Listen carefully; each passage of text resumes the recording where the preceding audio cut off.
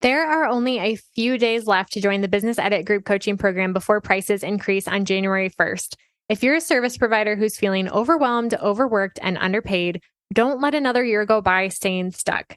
If you want this to be the year that you finally build the business of your dreams, one that lights you up, doubles your revenue, and allows you to work part-time hours, now is the time to join. In this program, you'll follow my signature 5-step method for building a productive and profitable business. You'll get business minimalist strategy, marketing systems, and productivity roadmaps that are simple to understand and easy to implement, plus 12 months of weekly coaching to help you overcome any road bump that comes up along the way. Let this be the year that you finally hit your revenue goals and create a life first business. Join me inside the Business Edit at www.jadeboyd.co/coaching and get my step-by-step blueprint with everything you need to build your dream business in 2024. Again, the early sign-up pricing ends on December 31st, and the program will officially kick off on January 2nd. So don't wait. If this sounds appealing to you, but you're not sure if it's the right fit, feel free to DM me on Instagram and we can chat. My only goal here is to help you make the right decision for you and your business. And you can find me on Instagram at jadeboyd.co. Now back to the show. Today, I'm really excited to share my conversation with Haley Thomas with you. So much of what we talked about in this episode is so close to the heart of what this podcast is all about. It's about less, how less can be better in business. And Haley shared so many great tips when it comes to retreat planning, how something really complex can actually be made pretty simple. The power of asking for help, the power of creating space for magic to happen. It's not always about cramming as much information as possible. Sometimes it's just about allowing the space for those magical moments and transformations to happen. And if you want more help in planning a retreat, I'm going to link in the show notes a guide that Haley put together on how to plan a retreat. With that, let's dive into today's episode. Welcome to the Business Minimalist Podcast, a podcast about redefining productivity for the modern woman in business and finding ways to work smarter, not harder, in business and life. I'm your host, Jade Boyd. I'm an MBA, business strategist, and mentor who helps overwhelmed business owners simplify and scale their service-based businesses with strategy and systems. On this podcast, we'll explore simple ways to earn more while working less. If you're ready to scale your business, bring order to chaos, ditch the busy work, and make space for what really matters, you've come to the right place. Welcome to the Business Minimalist Podcast.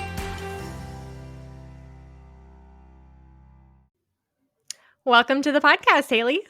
Hi, it's so good to be here. Thanks for having me. Yes, it is so good to have you here. And why don't we just kick off by having you give us a little intro into how you got into the world of entrepreneurship and a brief overview of like where you are today in your business, because you have a couple of different business things going on. Yes. It's so funny. I always try to think like, how do I sum up my journey? Because it's definitely not linear. It's very random. I was a kickboxing trainer in there. Like it's definitely been an interesting route to get here. But I would say a few years back, I had this hit of wanting to create a space where people could pursue their dreams in whatever way that looked like. It came from a place of being in the network marketing space for a really long time. I was coaching in that space in direct sales for years, many, many years. And what I found was there were so many people who were craving that freedom and flexibility. But what I found was they didn't necessarily want to be just in the box of network marketing. They wanted to create something of their own. And so a few years back, I created what's called the Passion Pursuit. And this is a space and community for people to figure out what is it that they would want to create if anything were possible. And then what are those first initial action steps to take? So sometimes that looks like strategy and kind of figuring out the pieces of where to start, how to start, what that looks like. And sometimes that looks like slowing it down, talking about alignment, getting really clear internally and making sure that the process feels good.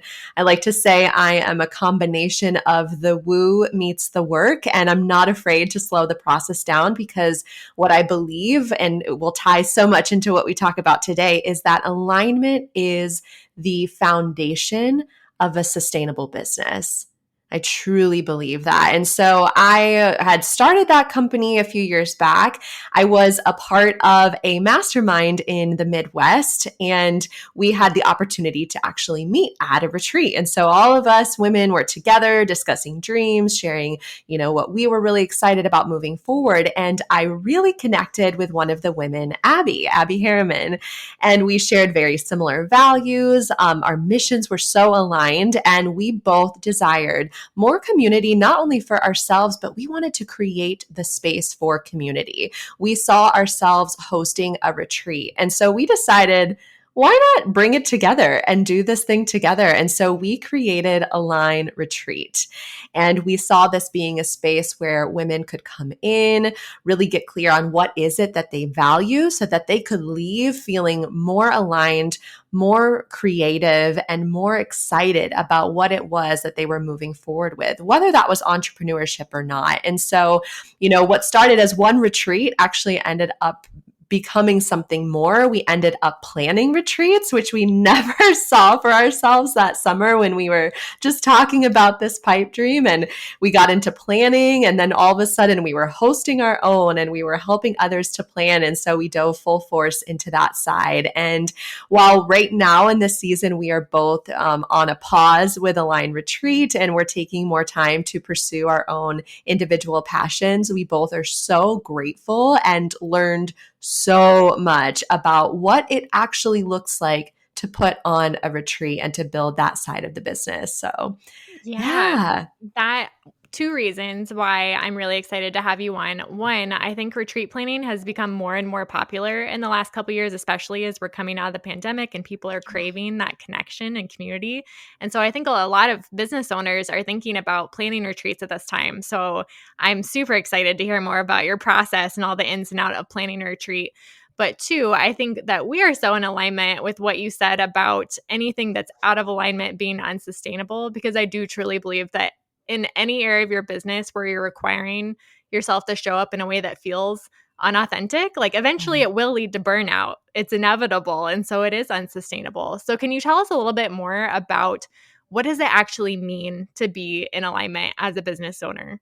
Yes. So this comes from a place of being out of alignment, right? Like, a few years back when we had created Align Retreat, I was actually at my lowest point.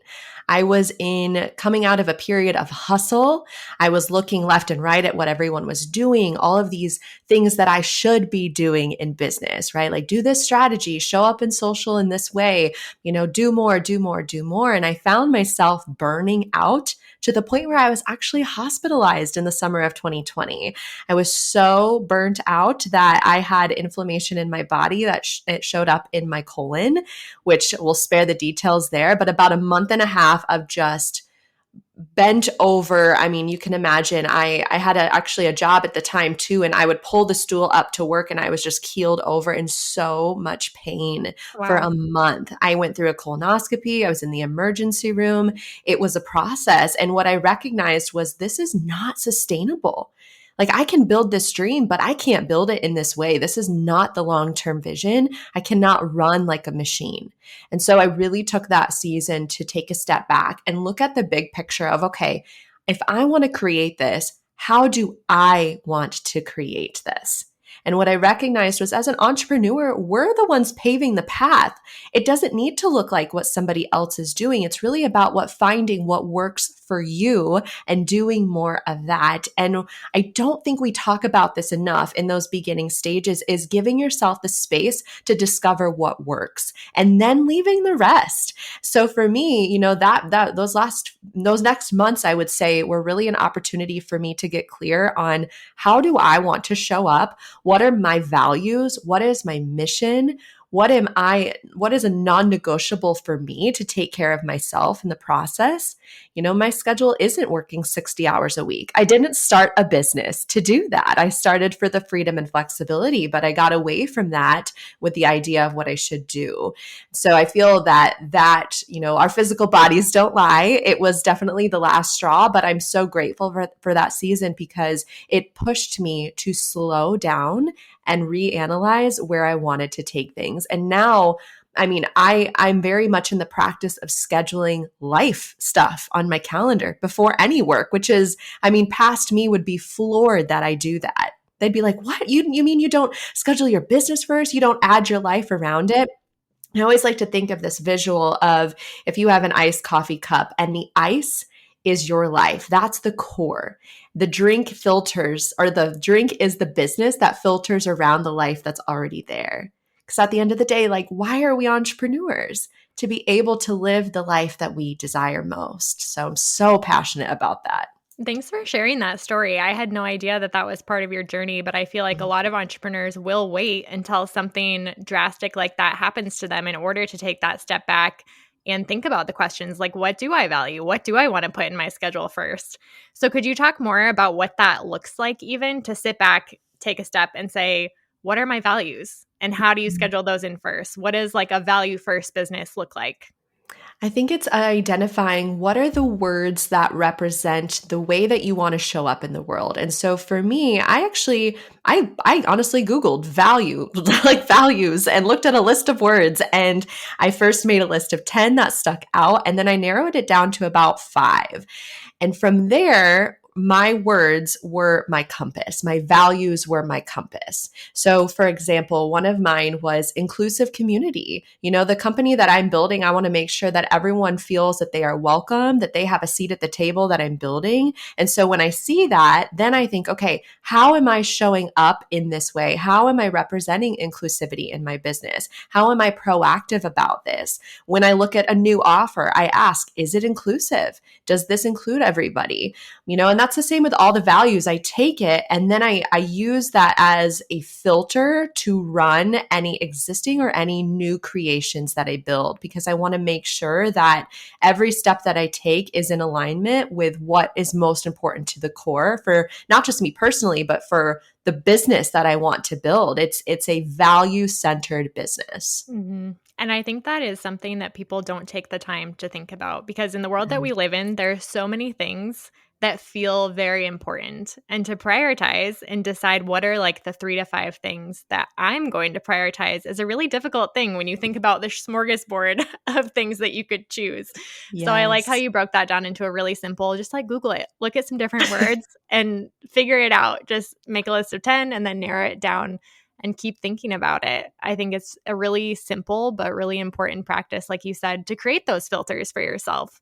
When it comes to doing 100 things, you have to know what to do first, right?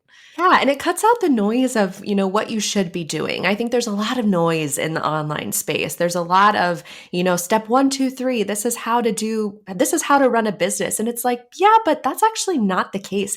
Business is not one size fits all. And so when you're clear on your values, that's how you get to develop something that is one, original, but also two, it is so your own. It is, and it's not just in the business itself, but it's in how you show up in the world. And I think that, you know, having that be the core creates something that you will then be known for moving forward. Like people will say, oh yeah, you know, when I think of passion, I think of this business. When I think of impact, you know, this comes to mind. When I think of heart-centered leadership, I think of these two people. And so it really connects you to something that I think, as you know, people to people, we connect to in such a deeper way, is the feeling, the value, what's really important here. I love what you said about business not being one size fits all, because there's so many different ways to achieve the same goals. There's so many different ways you Yes. can package your expertise and set up your offers. So today we're talking about retreat planning. Like I said, it's kind of a hot topic right now, and a lot of business owners are thinking about creating a retreat. But how do you know if retreats are aligned to your business, so to speak? Yeah, I think it's if your business could not only benefit, but if you desire to create a community element. And I will say, really, that needs to be something that is important to you in business if you're wanting to pursue the retreat side of things, because retreats are no easy feat. Like they're fun, don't get me wrong. They are fun, but they are a lot of work. And so I think it's being really clear as to what is your intention with having a retreat. Does it align with your values? And I think, that could be in many different ways. As a service provider who hosts, something like a mastermind or a group program, that could be a great way to bring people together that you meet with virtually all year. Or maybe you're a yoga instructor and you want to be able to share your gift with people in person and not just virtually or through a studio, but you want to gather people. And so I think it's such a great opportunity to make community the big picture and the focus, and see what can unfold from there. Mm. So I think we've all been to events where we show up and it's clearly like this wasn't well thought through. It's not a memorable experience. It's just a bunch of people in the same room, basically. So, how do you make a retreat that is more than just bringing people together to the same location, that really creates that experience and that impact and that transformation that you're looking for? How do you create that world class experience for a retreat? I think you have to be intentional because there are so many different types of retreats out there. But the ones that I've been to that have been the most successful have been those that had a focus. They were very clear on the transformation that they were presenting from, okay, these people are going to be walking in this way. This is their pain points. This is what they are desiring more of in life. What is our focus to get them to point B, which is that end goal, that transformation? And so I think when you have that intention, and it can be so many different things, I think too, it's another example of retreats are not one size fits all. I've been to great business retreats where it's very strategy focused, a lot of one-on-one, a lot of group masterminding and kind of think tanking together. And I've also been to more of the life type of retreats where it's a lot of heavy personal development, some deep inner work. Yoga is a part of that. And so I think it's just being really clear as to what type of retreat is this and what is your intended transformation for the people that are arriving. Because you have to understand is people are spending money for one, but they're also taking time from their families, travel, energy to get there. Like it's a process to get to the retreat. And so you want to be intentional with that time. Like our time is our most valuable asset. And so that is, I think, the best thing to keep in mind when it comes to starting to plan a retreat. That's so good. And for the people listening, I just want to point out that this is so true of any offer in your business. Being clear about who your ideal client is and the transformation that you're providing changes everything when it comes to delivering a service that's more than just like, okay, I paid money and you did some work for me, but a life changing or business changing experience. This is the Business Minimalist podcast, so we're all about focusing and narrowing in. But I just wanted to point out that is such good advice for retreats, especially. And I love how you showcased how that applies here, but it's true of really anything when it comes to offers in a business. Absolutely. You've got to know who you're speaking to and what it is that they're wanting. I think that's the best, really the best advice when it comes to planning is who is it for? Yes, Truly. absolutely. So you mentioned that retreats are a lot of work, and I think that does intimidate some business owners, even if they feel very aligned and called to have a retreat and build community in that way. If they think like, oh, I'm not organized enough or I'm not the hype girl, will I be able to keep the energy up for that long and lead and wear all the hats? Are there certain skill sets that you think entrepreneurs need, or are there certain mindsets that need to be addressed when it comes to planning a retreat? Yes, when it comes to planning a retreat, we have got to ask for help. Really. I think that sometimes, it's the egos in the way of, oh, I can do this, I can do that. And we want to play all the parts. We want to lead, we want to coordinate, we want to plan, we want to call all the vendors that are a part of it, ask for help. Truly. I think that it is crazy to think that this can be something that can be easily done with one person. Even Abby and I, as a duo, struggled with some things because it was like, this is a lot. And we found that it was hard to show up actually at the retreat as leaders and as hosts when there was also back end stuff. Let me tell you, there's dishes involved in retreat. Somebody's got to do the dishes. Somebody's got to get the food figured out, whether you are catering it or you're cooking it yourself. There are back end tasks. There is setup before the retreat. There is tear down. Like there are a lot of things that go on that a lot of people don't see when they attend, but that you definitely know about when you are planning or leading. And to be the one who's leading it is so valuable to be just leading if you are able to. Like if you can have someone back of house doing all the coordinating for you and it allows you the time to lead, you have to hold these people that you have invited in. Like you're holding space for them. You're pouring into them. And so to try to balance the front, the forefront, and the back end is a lot. So it's not so much about needing to have a certain personality type or you have to be outgoing or you have to be super organized. I truly think it's being really mindful of what are your strengths that you can bring to this retreat and where can you ask for help where you may not be as strong in. So if you're not super organized, bring on a coordinator. Like that would be the best thing to do is bring on somebody who can help you to be organized. If you're not super outgoing, I've actually been to retreats where the host did not speak. She actually brought in other guests to speak and to facilitate more of the activities and the workshops that were done. So it's just being really mindful of in this retreat, how do you want to show up? Where are your strengths with this type of setting? And where could you ask for support? So, if we're looking at the main roles, so to speak, of planning a retreat, you mentioned a coordinating role, a leadership role. Are there any other roles that need to be covered, or are those kind of the two bases? So definitely, yeah, the leading and the host, the coordinator. I always think if you can have one other person to assist the coordinator, and sometimes the coordinator will have that. If that's their business, they may have a teammate come with them, and it's considered more of the hospitality staff. And that's just really to support in the setup. If there are dishes, if you don't use paper products, these things where it does take a lot of time if you do have a large group to cater to. So I would say those three roles would be the main ones.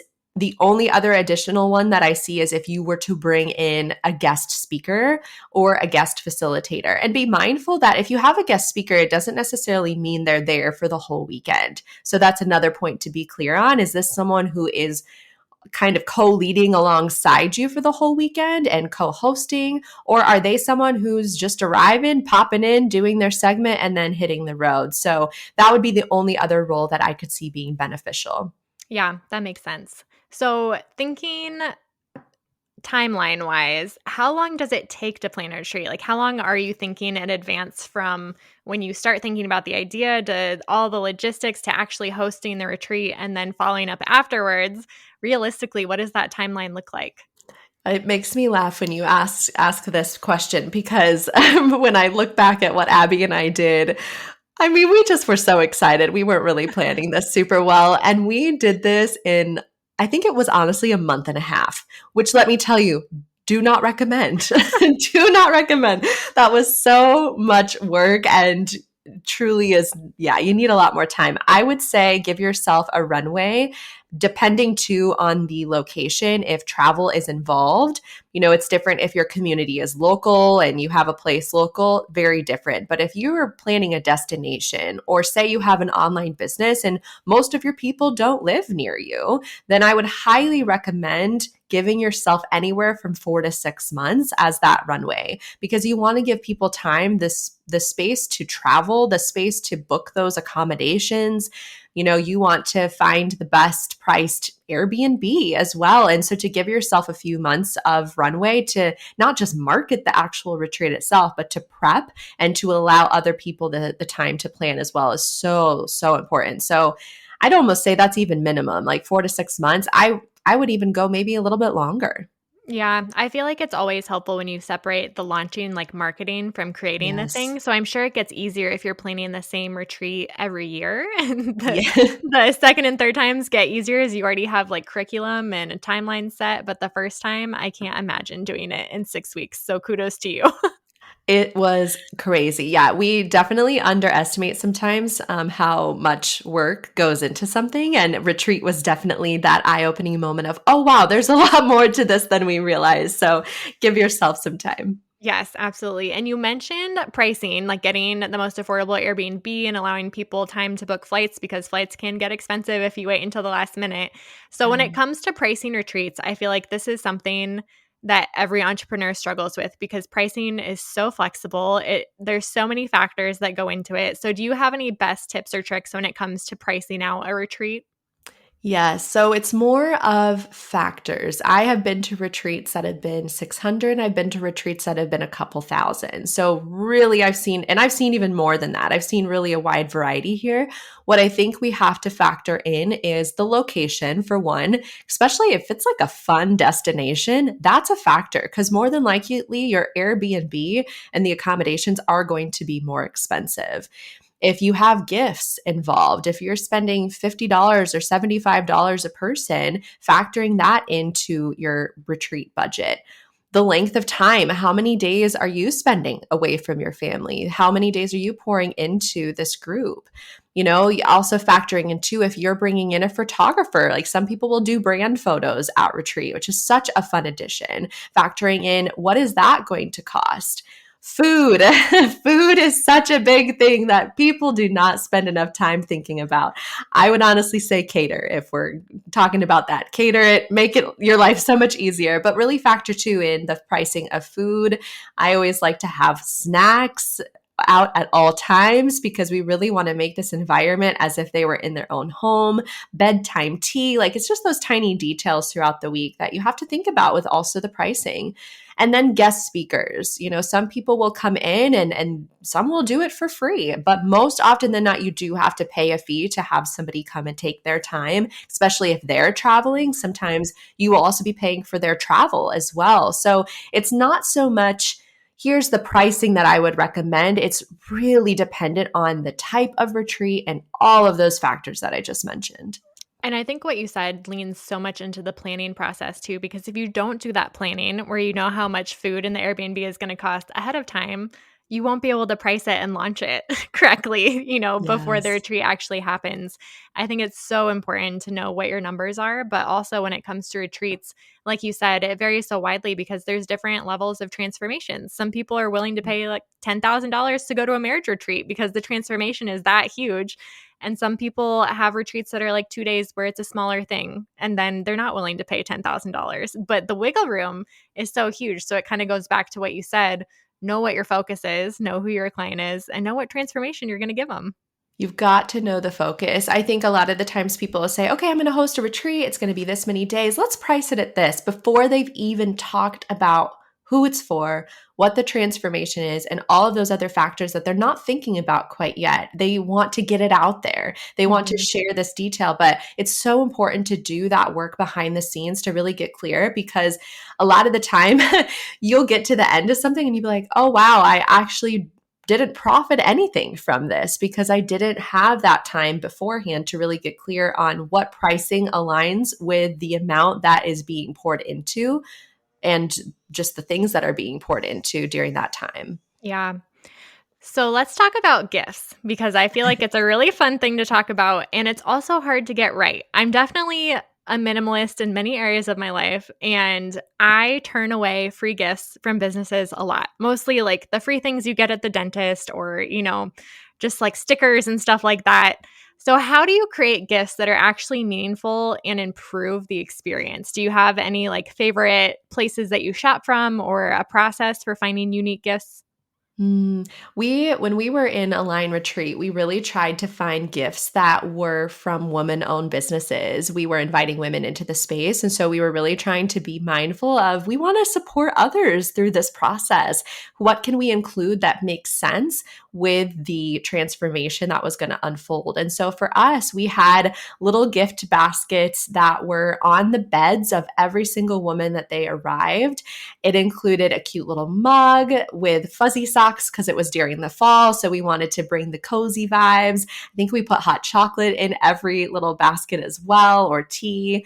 We also included these affirmation cards that sat on like a little tiny mini easel that they could pull from each morning and take with them. And that too, it always makes them think like, oh, I got that at a Line Retreat. We also did a journal that was an asset for the weekend itself. And so thinking about, could I give them them a little token that could be supportive of them for the actual weekend? And then is there something that I can gift them where every time they look at that or they use that, they think about that experience? It could even be as simple as a candle. And every time they light that at their home, they think of the experience that they had. And so I feel like it doesn't have to be major to be impactful. Mm. It's really just being intentional and having a reason for that gift, making them feel welcome right away. And it's oftentimes too, like we don't specify in marketing, like, oh, you also get a gift. That is always a surprise. And it's just that little touch right when somebody walks in where they know that they are so held, they are supported, and that we've got fun little surprises and sprinkles for them all weekend long. I love what you said about continuing the experience and making the gift is just part of the experience, that little surprise, but also something that afterwards reminds them of the experience and continues that transformation that they're on, whether you said like the journal or the candle that reminds you of that place that you were in. Because it's so easy to get that retreat high and then go home Yeah. and forget it or not put it into practice. So incorporating that through gifts is super cool. We loved incorporating what's called sensory branding into the experience because you're so right. It's like we go to this experience, we're on this high, and then we go back to our normal life and it's just like, "Rrr," and it feels like you just feel sad. Yeah, honestly, Mhm. there's definitely a come down after every retreat experience that is inevitable. But how can we reintegrate and bring in little aspects that just bring you back to that weekend, bring you back to that joy? And so with sensory branding, we were very intentional with what is the smell? Even that, like what candles are we lighting in this space that make people think about this retreat moving forward? So every time they smell, some sort of like cinnamony spice, they're going to think about a line retreat. What is the music that we're playing? Is there a playlist that we could send them after that was the retreat weekend playlist that they could take with them back to normal life? It's so easy to do that and create a playlist on Spotify these days. And it's such a fun touch to just bring the retreat back to the normal everyday life. What are they seeing? Is it that gift? How is it set up? What are these little aspects that they see that at their home? And again, it makes them think about the retreat. And so it's really just tapping into the senses is another way to be very intentional with the experience as a whole. Yeah, I love that. A few episodes ago, I had my friend Cassie Beach come on and we talked about creating a productive workspace. She's an interior designer, but she talked about this. She didn't call it sensory branding because it's very different, but how to incorporate the five senses into your work environment. Wow. And I just love seeing the ways that things parallel and overlap when it comes to like interior design and creating an experience. And we talked about creating a home that's an experience, right? But the same thing applies to retreats. It's funny that you mentioned that because I actually majored in interior design in college. So I almost wonder if that's like my way to use my major That's is bringing awesome. that through. Yeah. It's so important though. Another question that I have, talking about creating a memorable experience, people come to retreats to get that transformation. So to some extent, there has to be something planned and structured or speakers or something like that. But how do you balance that learning, the input time, the structured time with the flexible like reflection time and community time? Is there a right balance? Yes. So I often say when it comes to this that less is more. I Mm. used to be the one who would pack in the schedule. We had to do all of these activities. We had to have, very time, like at noon, this, at 12:25, this, like so specific. But what we found is that did not leave as much space for what was really meant to unfold at the retreat. And so for example, having free time, those times were some of the best moments at this retreat because it gave people the opportunity to build deepened relationships with each other. So, having that free space was so valuable. Having space to process some of the activities rather than just moving on to the next, like really allowing it to sink in. You have to trust that even if you have only 5 activities for a whole weekend, that the impact that you will bring is enough in those pieces and to give people the space to actually think about what they just learned, to let it process, to sit with it for a little bit. One of the most incredible experiences that I've ever gone on was a retreat where we were not given an itinerary. as a Mm. guest. We were not given an itinerary, which let me tell you, it's a lot. There's a lot of trust there Yeah. to come into a space where you don't know what's coming next. But I came in with this with such an open mind and knew that like whatever is meant in the space for me, I trust is here for me. It's here for my growth. And one of the activities that we did right after, we were given an entire hour of what was called sacred silence, where it gave us time to process. We did not have our phones, and everyone went to like a specific part of the mansion and had quiet time where we just soaked in what we just experienced. And that time for me, that reflective time, was probably one of the most impactful parts of the weekend because I wanted and I needed to sit with what we just worked through, what we just processed. And that time is valuable too. That time is part of the transformation. I think that's what differentiates retreats from taking a digital course or even working with a Yes. coach because it gets you out of your day to day. And it's so hard to think big picture and, dream big while you're in your everyday environment. It is so special to be removed, whether that's like a town away or even in a different building, and to be in that type of experience, to not take advantage of the space that provides to just cram more information in and send people home. I think that's probably one of the reasons why it's so hard to come off of that retreat high if you don't have the time to actually reflect and put it into practice while you're there. Yeah, not to mention that a lot of people come to retreats because they would like to relax just a Yeah. little bit. And so Yep. like, giving that space to breathe, like not rushing through the motions. We're not hustling here. That's usually not the intent. It's really to come back, breathe, process, learn, but also leaving space for miracles was a phrase that was so prominent for me by a mentor of mine. She said, leave space for miracles this weekend. Mm. Let the weekend unfold. Leave those little spaces, whether it's a conversation with another retreat goer or it's just some silence with yourself to take in the experience. Because I think too often, in life and in business, we move so quickly that we forget to slow down and really soak up the present moment. And leaving that time for space really brings you back to the present. Yeah, it's a discipline to sit in Mhm. silence. It's so hard to do, especially when you're in your day to day environment. There's so many distractions that will pull for your attention. And it's really easy to keep ourselves busy. To make space for silence takes a lot of work. You would think it'd be easy to do nothing, but it's not. It's not, no, and we at that retreat, we did not have our phones, so our first instinct, right, Oh, is to pick up our phone. yeah. No, we had to sit there Oh, with I love our that. thoughts, and at first I was like, "How?" My instinct, like, I went to grab it, and it's not there. I'm like, "My instinct is to distract myself," and how often do we do that in our everyday? And to have that space to actually just be, to just be. I didn't have to do anything. I didn't have to show up in any way. I really was able to just take a moment with myself to process. And that's something that we do not get very often in our everyday life. No, definitely not. So, shifting gears a little bit, when it comes to finding the right location, it's so important when it comes to a retreat and setting the mood for the transformation, having it be close to where people can actually travel to it, having a place like you said that's kind of fun and enjoyable and people will get that like getaway experience. How do you find the right locations? You mentioned Airbnbs, but I feel like in the Midwest it's harder to find those really nice Airbnbs. Yeah, it definitely is tricky depending on location. I have looked at Airbnb, VRBO. There's another website, and it's not coming to me. But honestly, if you Google rentals, there are more options other than just those two well-known ones. But I think the things to think about when it comes to location is your community mostly flying or are they mostly driving?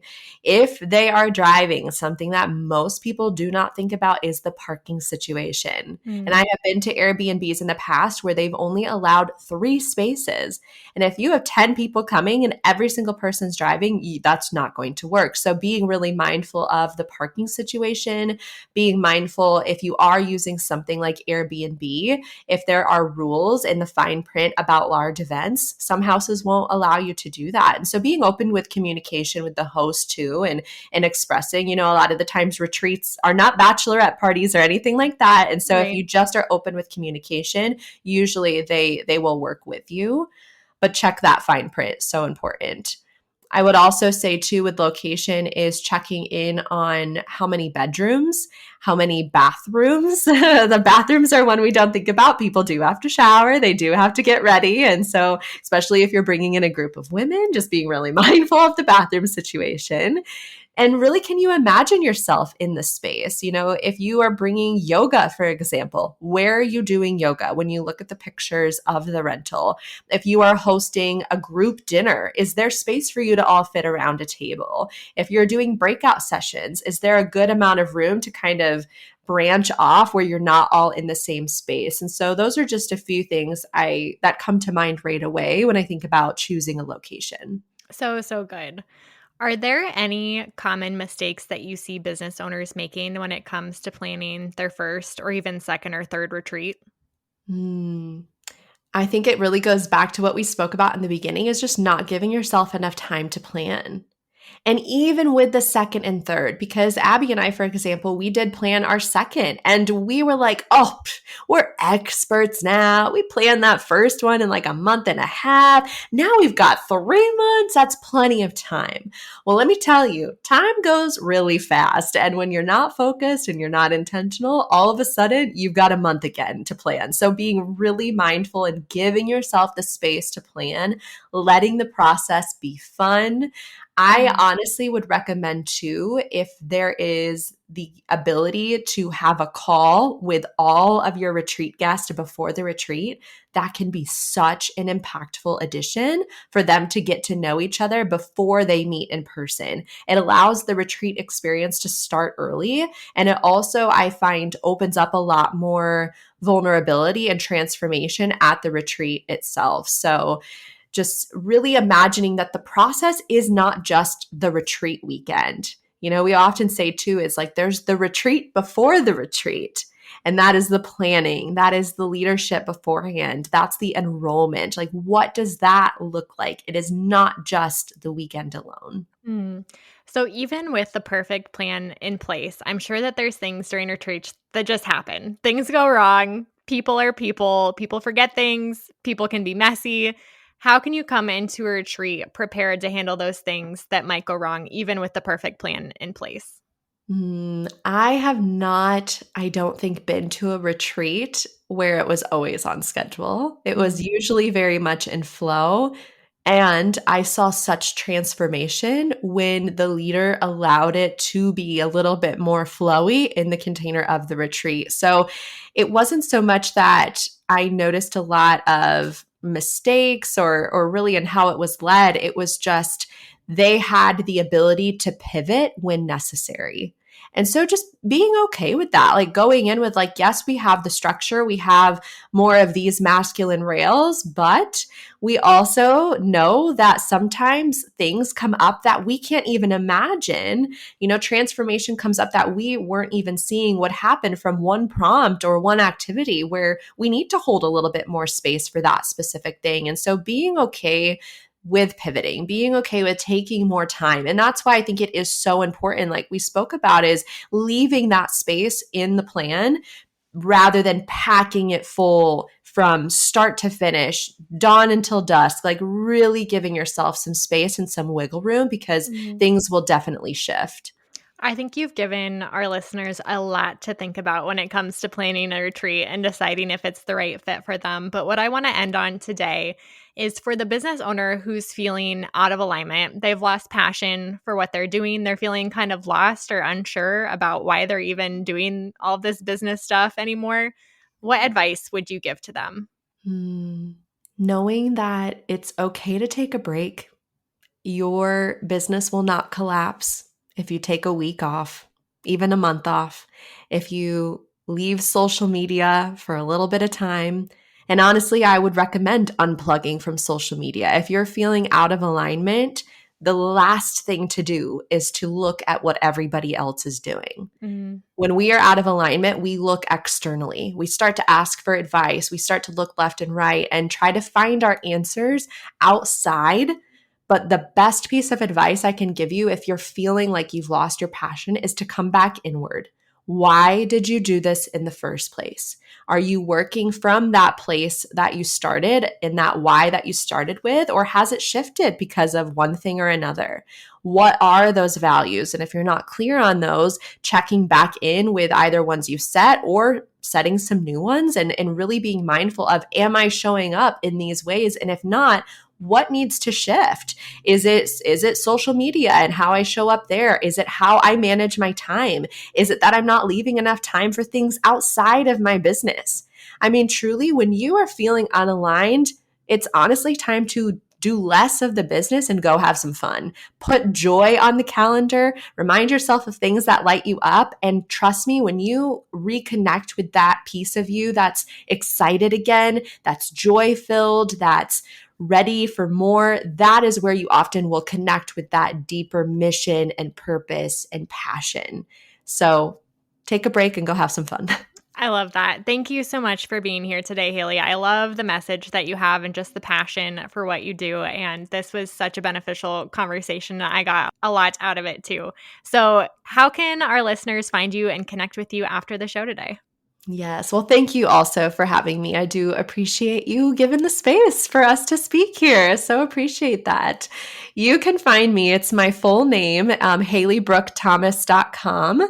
It's HALEY. And then my Instagram is also HALEY.brooke.thomas. And you can find me there. I'm always active in Instagram, doing fun things over there, throwing confetti every which way. It's always a good time over in that little corner of the internet. So love Perfect. to connect. We'll link those in the show notes too. So thank you Perfect. so much again, Haley. Thank you. Thank you so much for listening to this episode of the Business Minimalist Podcast. If you enjoyed today's episode, I'd be so grateful if you'd rate it on iTunes, Spotify, or wherever you're listening today. Your rating and review will help more small business owners discover helpful episodes each week. Don't forget to check out the show notes for the tools and resources mentioned in today's episode, because good ideas don't grow businesses, action does. And if you want more business minimalist tips and resources, head on over to Instagram and follow me at jadeboyd.co. I'd love to hear what you took away from today's episode. I'll see you next time on the Business Minimalist Podcast.